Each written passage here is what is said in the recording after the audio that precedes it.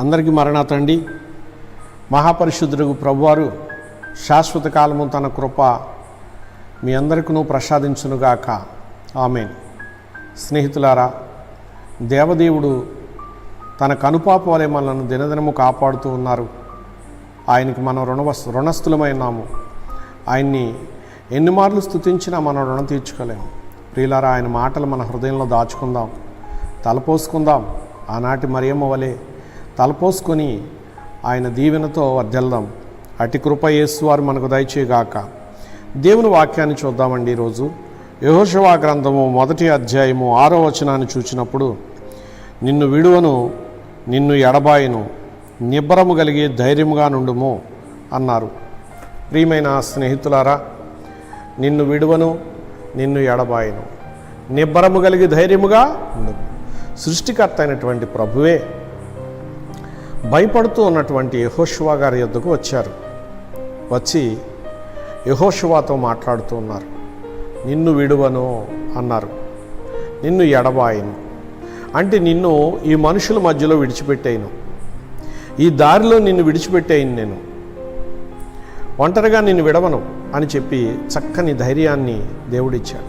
నిన్ను ఎడబాయను అంటే నీకు నేను దూరంగా ఉండను, నీకు నేను దూరంగా ఉండకుండా నీకు సమీపంగా ఉంటాను నేను అని ఆయన సెలవిస్తున్నారు. ప్రియ స్నేహితులారా, నిన్ను విడువను, నిన్ను ఎడబాయను అని చెప్పి నీవు ధైర్యముగా వహించి ముందుకు సాగమని ఆయన సెలవిస్తున్నారు. ప్రియులారా, యెహోషువ గారు ఇప్పుడు దేవుని మాట మీద నమ్మకముతో ధైర్యాన్ని కలిగిన వారై అడుగు ముందుకు వేయవలసి వచ్చింది. ప్రియులారా, దేవుని మాటలు ధైర్యాన్ని ఇస్తాయి. ఆపత్కాలంలో, దిక్కుతోచన సమయంలో, అయోమయ స్థితిలో దేవుని మాటలు ధైర్యాన్ని ఇస్తాయి. ధైర్యముతో కూడిన దేవుని మాటలు హృదయంలోనికి వెళ్ళి యెహోషువ గారిని నడిపించాయి.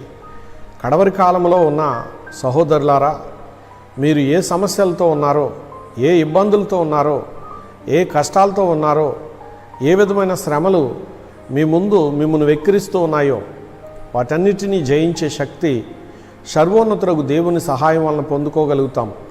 ప్రియులారా, ధైర్యం వహించండి. ఆశ్చర్యకరుడుకు దేవుడు మిమ్మల్ని విడిచిపెట్టేవారు కారు. మీతో ఉండి వాటిని జయించే శక్తిని మీకు ప్రసాదించువారై ఉన్నారు. కనుక మీరు నిబ్బరము కలిగిన వారై ధైర్యం వహించాలి, ధైర్యముగా ఉండాలి.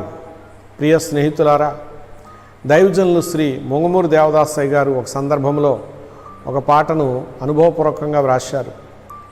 ధైర్యంబోగానుండుమో ఓ విశ్వాసీ, ధైర్యంబోగానుండుమో,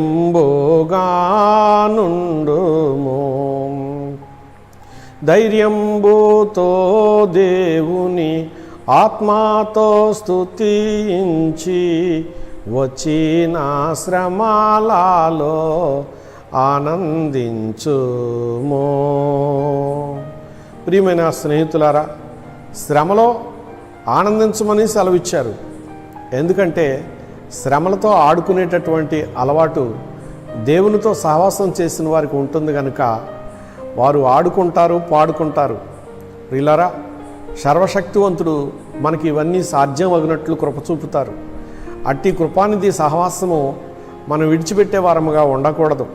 ఆయన మాటలు మనసులో భద్రపరచుకోవాలి, ధైర్యం వహించి అడుగులు ముందుకు వేయాలి.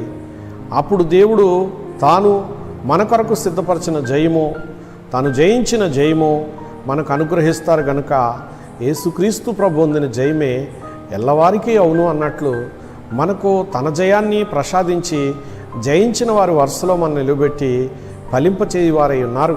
అట్టి కృపాదీవెనలు నిరంతరము మనకు ప్రభువారు అనుగ్రహిస్తూ మనను వర్ధిల్లా చేయును గాక. ఆమేన్. చిన్న ప్రార్థన చేసుకుందామండి. ప్రాణదుర్గమైన మా తండ్రి, నీకు స్తోత్రములు. నీవు ఇచ్చిన ఈ వాగ్దాన బలమును బట్టి నిరంతరము నీ బిడలైన వారు బహుగా వర్ధిల్లే ధన్యత, బహుగా ఫలించే భాగ్యము మా ప్రభువా నీ పాద సన్నిధిలో నుండి, నీ వాక్యము నుండి నా ప్రభువా నిరంతరము అందుకుని వర్ధిల్లు దీవెన ప్రతి ఒక్కరికి ప్రసాదించుమని ప్రాణదుర్గమైన ప్రభు చేతులకు ప్రతి బిడను అప్పగిస్తూ స్తుతిస్తూ ఉన్నాను పరమ తండ్రి. ఆమెన్. పరమదేవుని కృప మీ అందరికీ తోడయుండును గాక. అందరికీ మరణాతండి.